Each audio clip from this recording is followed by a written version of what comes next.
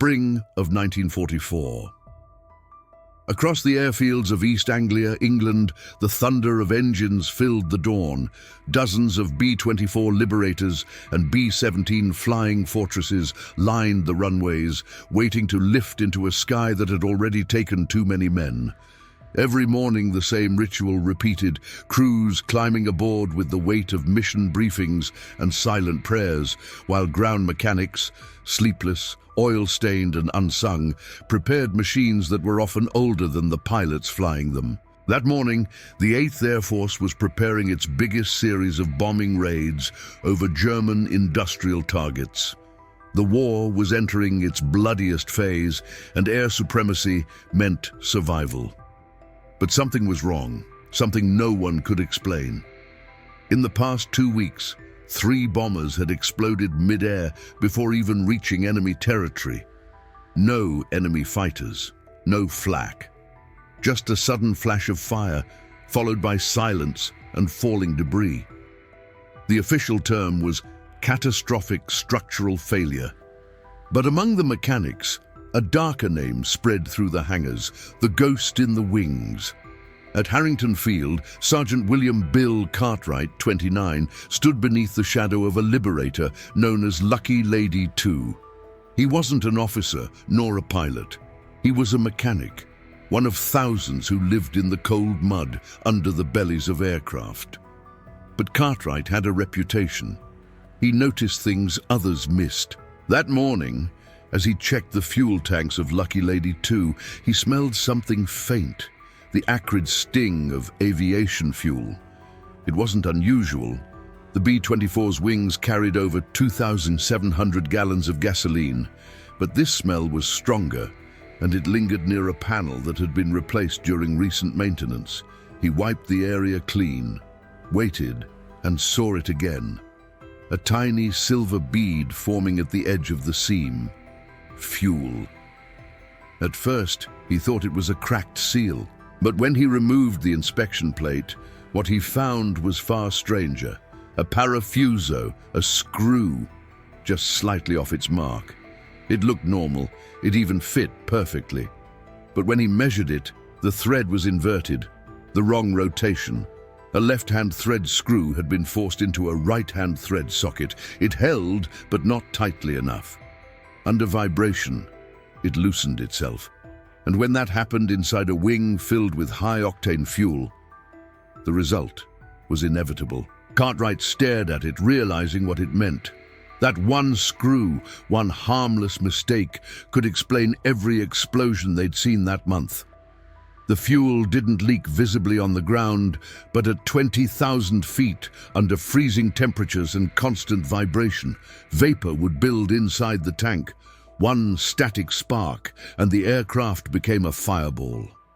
He ran his hand along the row of screws and felt cold dread. Half of them were mismatched. Someone, somewhere, had shipped the wrong fasteners to the frontline depots. Thousands of them. Cartwright rushed to his commanding officer, Captain Ray Donovan, head of maintenance. But in wartime, even the truth needs rank to be heard. Donovan brushed him off. "If it flies, it's fine," he said. "We don't have time to second-guess the factory." That night, as the crews prepared for another bombing run over Bremen, Cartwright stayed behind in the hangar, checking aircraft after aircraft. The deeper he looked, the more errors he found. The same inverted thread screws, the same subtle smell of fuel, and the same faint scorch marks near the electrical conduits. When dawn came, he made a decision that could have cost him his career. He ordered 3 bombers grounded without authorization. The flight crew of one of them, a young pilot named Lieutenant Harris, was furious. "You're grounding my bird over a damn screw?" he yelled. But Cartwright stood his ground. "That screw," he said quietly, "is why you'll come back alive." Hours later, as the remaining formation climbed over the channel, radar screens at Harrington Field caught a sudden blip. Then, nothing. Another bomber had vanished. Minutes later, observers along the coast saw a bright flash in the sky. When the crews returned, the anger was gone. Harris found Cartwright sitting by the grounded Liberator, grease still on his hands. He didn't say anything, just nodded. The next morning, orders came from the top. Immediate inspection of all fuel systems in the 8th Air Force. That's how the investigation began, not in a laboratory or a headquarters, but in a cold hangar, with one mechanic who refused to trust what looked good enough. In the weeks that followed, engineers from the Consolidated Aircraft Corporation confirmed Cartwright's discovery. A shipment of inverted thread fasteners meant for left-wing flaps had been mistakenly used in right-wing fuel seals. Over 400 aircraft carried them. If not for one man's insistence, hundreds of planes could have gone up in flames before even crossing enemy lines.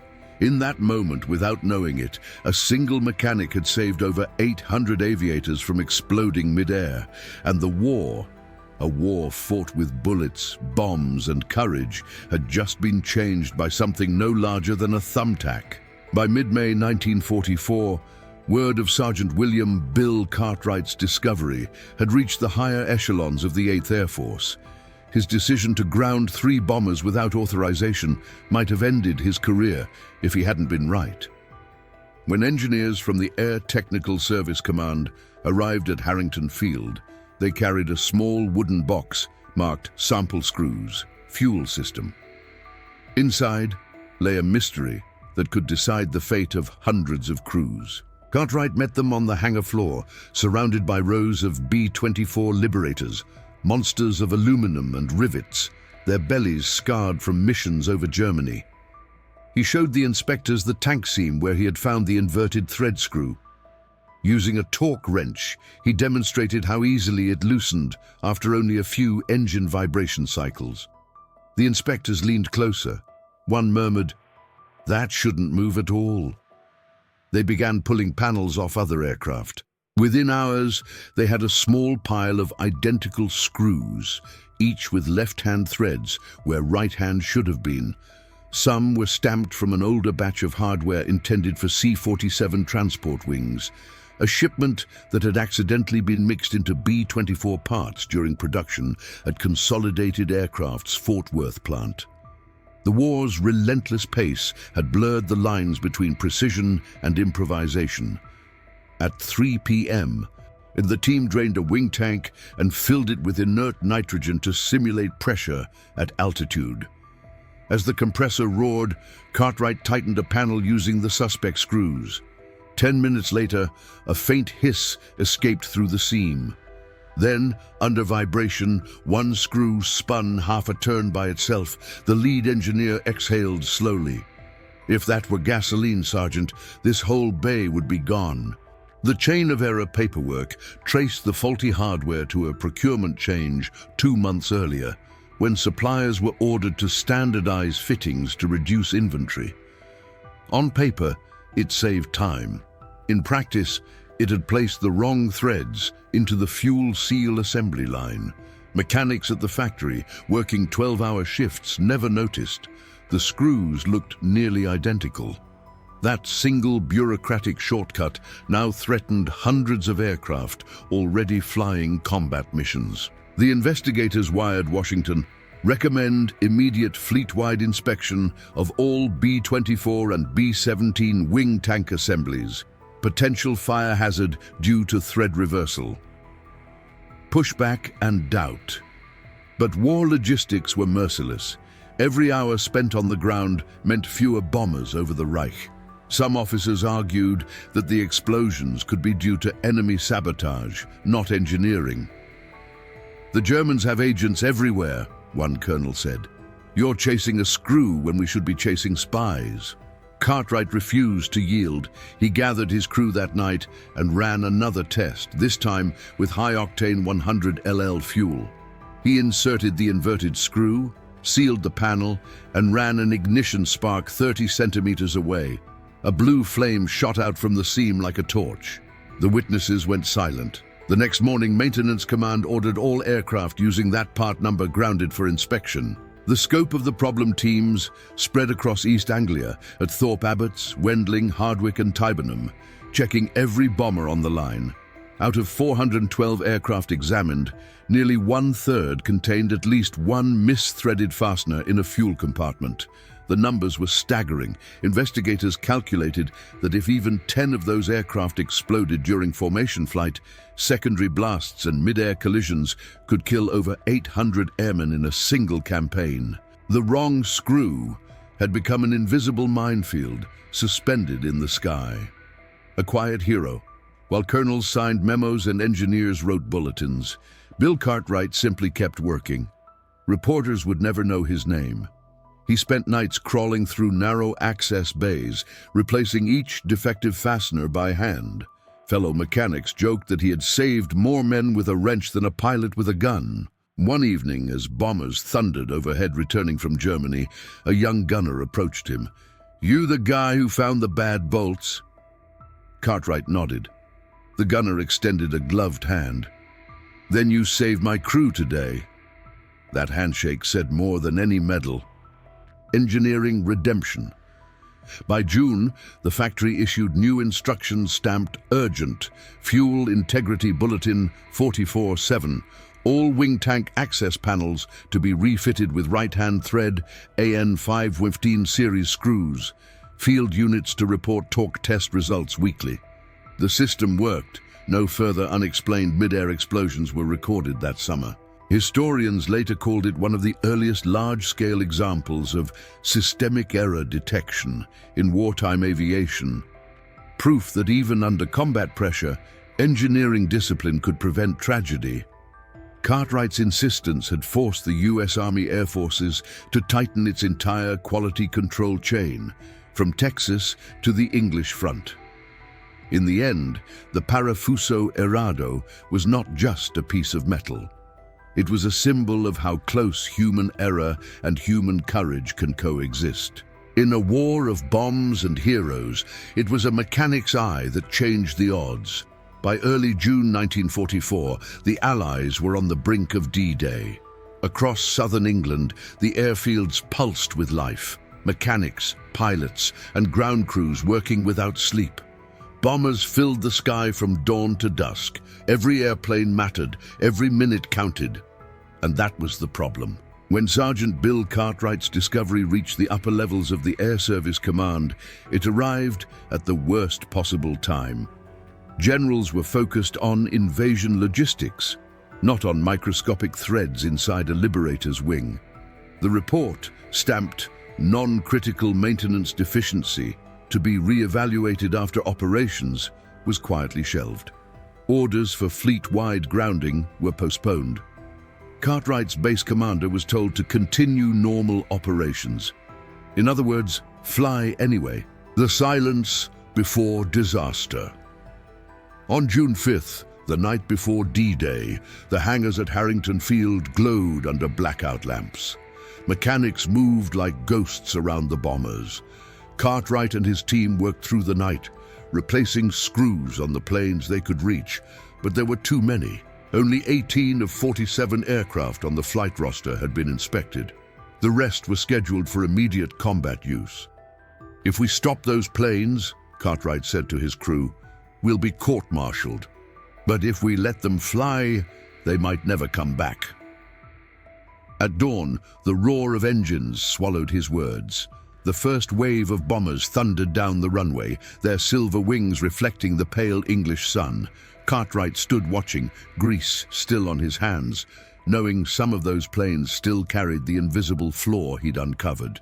Hours later, over the English Channel, radio static crackled with distress calls. One B-24 in the second wave, the Iron Duchess, reported fuel pressure loss in left wing. Moments later, it disappeared from radar. Witnesses on the coast saw a fireball over the sea, too bright to be flak. Another aircraft tried to circle the spot, but nothing remained except oil and floating debris. 10 men gone in seconds. Cartwright read the field report that night in silence. The coordinates matched the same serial batch he had flagged in his list of uninspected planes. The explosion confirmed what he already knew. The warning had been ignored too long. The fight for proof. Determined to force action, Cartwright gathered every piece of evidence he could. Damaged screws, leaking panels, burn marks from test runs.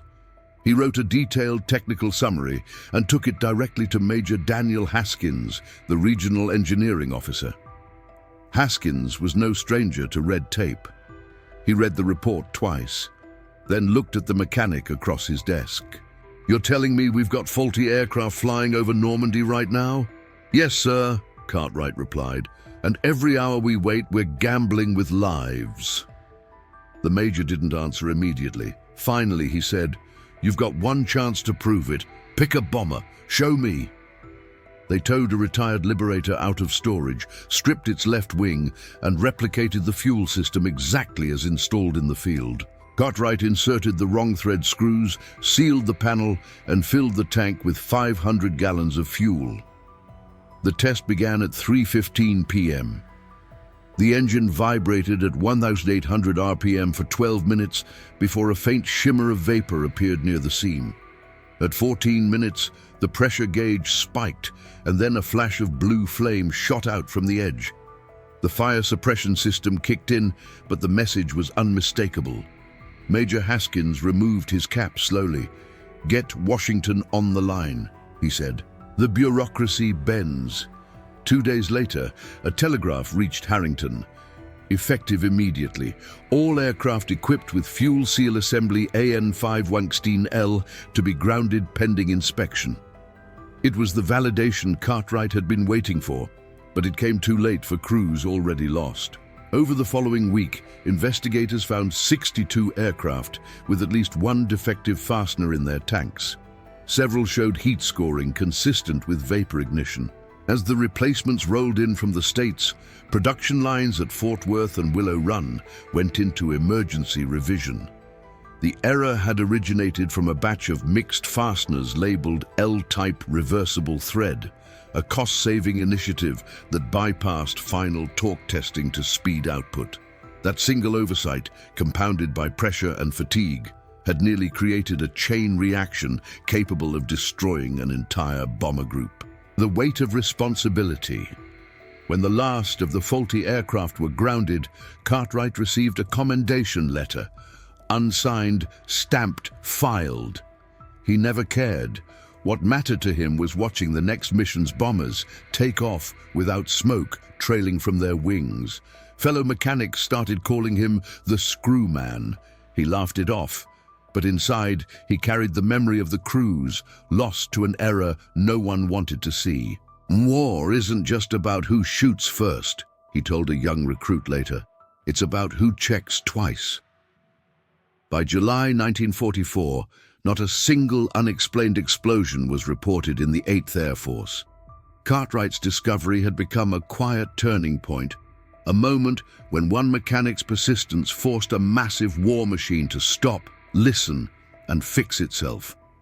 In the words of an engineer who later reviewed the case, "He didn't just save planes, he saved faith in the system." June 12, 1944. The echoes of D-Day still rumbled across England. The invasion had begun. The skies above the Channel glowed with the streaks of tracer fire and burning aircraft. Every bomber mattered. Every crew was one mission away from not coming home. But while the world celebrated the landings, a different kind of battle raged in the hangars of East Anglia. A silent war fought with torque wrenches, flashlights, and trembling hands. The order from Washington had finally arrived: immediate grounding and inspection of all aircraft fitted with AN-516L fuel fasteners. It was signed at 0600 hours and relayed to every maintenance command in Britain. The crews called it Black Tuesday. The flood of urgency. At Harrington Field, Sergeant Bill Cartwright stood beside his team as the message was read aloud. The mechanics exchanged glances, exhaustion carved deep in their faces. They'd been awake for 30 hours. Now they were told to take apart every wing tank in the base before dawn. Fuel drained onto the tarmac, soaking through their boots. The smell of aviation gasoline hung thick in the cold air, mingling with the metallic taste of sweat and fear. Someone joked, "We'll all blow up before the Krauts even find us." Nobody laughed. Teams spread out under floodlights. The Liberators stood like sleeping giants, wings open and panels removed. Inside the hangars, the sound of ratchets echoed like distant gunfire. Cartwright crawled beneath Lucky Lady 2 again, the first aircraft he had checked weeks before, and began removing the rows of screws one by one. Each part was measured, logged, replaced. Right-hand threads only, torque at 42-inch pounds, over and over, thousands of times. A factory's shame. Meanwhile, at Willow Run, the massive Ford plant in Michigan that produced a new B-24 every 63 minutes, engineers worked around the clock to trace the defective batch. They found the error buried deep in paperwork. A notation from March 1944 marked "Thread substitution authorized." It had been approved by a production officer under pressure to meet delivery quotas. The mistake wasn't sabotage, it was speed. The relentless demand for bombers had pushed the assembly line beyond its limits. One oversight in thread direction meant an entire generation of aircraft carried a hidden flaw. Back in England, Cartwright's hands bled from cold and vibration. He refused to stop. "We'll rest when the last bird's clean," he told his crew. By midnight, they had finished 11 aircraft. Dozens remained. Then, around 01:20 a.m., a mechanic named Sullivan shouted from under a wing, "Sir, I found one." He held up a small silver screw, its thread turning the wrong way. The men passed it around in silence, as if it were a piece of shrapnel from an unseen enemy. "Replace every last one," Cartwright said, "and double-check them after." The mechanics wore. Outside, the storm intensified. Wind whipped across the open fields, slamming hangar doors and scattering sheets of technical drawings. Yet the men kept working, guided only by flashlights and instinct.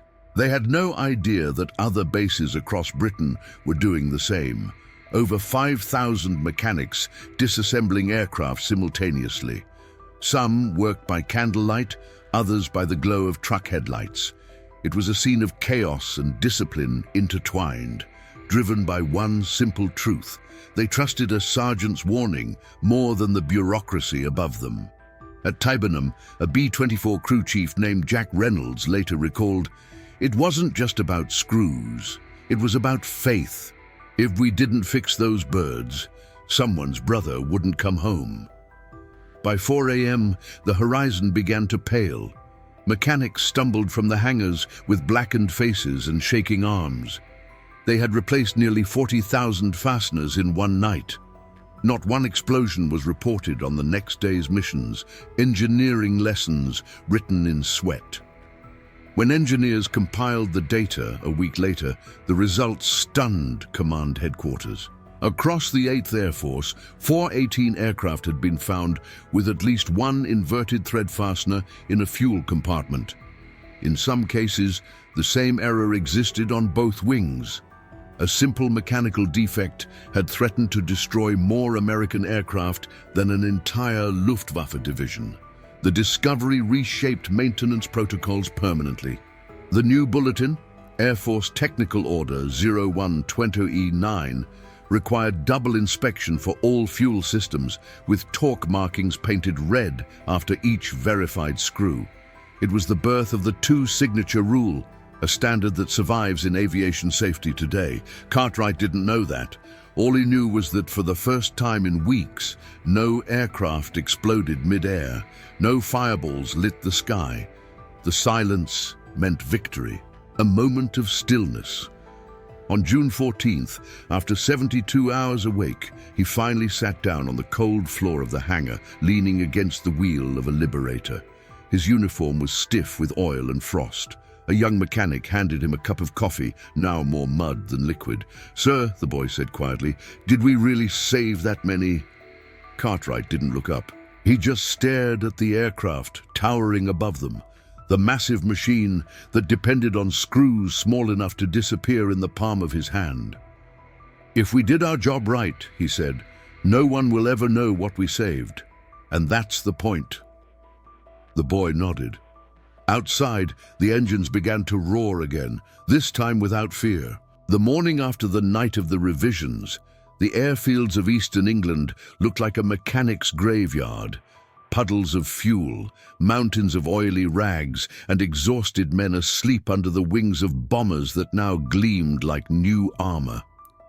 The sun rose over Harrington Field, catching on the metal seams where tens of thousands of screws had been replaced. It was quiet, a kind of silence that felt earned. For the first time in weeks, every bomber on the flight line was declared airworthy. There were no leaks, no fuel vapors, no unexplained flickers of flame. The ghosts that had haunted the wings were gone. Sergeant William Bill Cartwright watched from the maintenance platform as crews began pre-flight checks. Each rumbling engine was a small victory. He had fought no battle in the air, yet his hands had waged a war of their own against neglect, fatigue, and the deadly comfort of routine. The recognition that never came. By June's end, the official report reached Air Technical Command in Washington. It detailed the thread reversal anomaly, documented the corrected procedures, and listed the number of aircraft inspected, over 5,000 across the European and Mediterranean theaters. The final note read, "Immediate corrective action prevented potential catastrophic losses estimated at 800 to 1,200 aircrew." There were no headlines, no radio broadcasts. Wartime secrecy buried the story under more urgent news. The liberation of France, the fall of Cherbourg, the march toward Paris. But within the hangars, everyone knew who had started the chain reaction that saved lives. Mechanics began carving small marks, a single screw engraved into toolboxes, as a quiet tribute to the man who'd refused to stay silent. When the commendation finally came, it wasn't dramatic. Cartwright received a letter of meritorious service, mailed weeks later in a plain envelope. No medal, no ceremony. The document simply stated that his initiative in identifying a defective fuel system component contributed materially to operational safety. He folded it once, tucked it into his Bible, and went back to work. The legacy in metal and memory. As the war progressed, the new inspection protocols became permanent. Every bomber from the B-24 to the B-29 Superfortress carried a double signature check on its critical assemblies. The rule that no single mechanic could sign off his own work, now standard in aviation maintenance, began with that June night in 1944. At Willow Run, engineers redesigned the entire fuel tank fastener system. They switched to self-locking screws and color-coded thread patterns. Red for left hand, blue for right. It was a small change, but one that virtually eliminated cross-threading errors for the rest of the war. When the first B-29s took off to strike Japan the following year, they did so under the procedures born from Cartwright's discovery. Thousands of airmen flew missions, unaware that their survival hinged on lessons learned in a cold English hangar months before. The quiet years. After the war, Cartwright left the service. He moved to Ohio, took a job at a small aircraft repair shop, and rarely spoke about his wartime work. To neighbors, he was just Bill the mechanic. Only once, decades later, when a young aviation student visited to interview him about W-2 aircraft, did he mention it. He said, "People think wars are won by pilots and generals, but every time a plane comes home, it's because someone, somewhere, made sure the screws were right." The student asked if he'd ever been scared. Cartwright smiled faintly. "Not of dying," he said, "of missing something small that could kill someone else." He died in 1987 at the age of 72. Among his belongings, his family found that same folded letter from 1944, still stained with oil. Next to it, a small glass jar containing one inverted thread screw. History's forgotten chapter. In the 1990s, declassified maintenance archives confirmed much of Cartwright's story. Researchers reviewing 8th Air Force safety logs found a sharp drop in midair fuel explosions beginning the week of June 12th, 1944, coinciding exactly with the grounding order he had triggered. The Cartwright finding, as it came to be known informally among military historians, is still cited in aviation safety courses today as a prime example of human factor awareness. The courage to question, the persistence to verify, and the humility to correct. The modern Federal Aviation Administration's Maintenance Human Factors program even includes a case study titled "The Wrong Thread That Saved Lives." It credits W. Tood mechanics for establishing the inspection discipline that now protects every commercial flight on Earth. The measure of a hero, Cartwright, never wore medals, but the pilots who returned from missions because of his discovery knew what he'd done. Years later, one of them, retired Major Jack Reynolds, wrote in his memoir, "I flew 31 missions in a Liberator that should have been a coffin. We never met the man who fixed it, but we owe him every sunrise since." Those words became his true memorial, not a statue or a medal, but a line in a book and a habit that changed the future of flight. So, in the end, the story wasn't about a single screw at all. It was about responsibility, the invisible kind that no one sees, the kind that holds an airplane together when nothing else does. And on quiet mornings, when engines hum across runways from London to Los Angeles, their rhythm carries a lesson from 1944, that victory, like flight itself, depends on thousands of unseen hands, and on one mechanic who refused to let a wrong screw become a death sentence.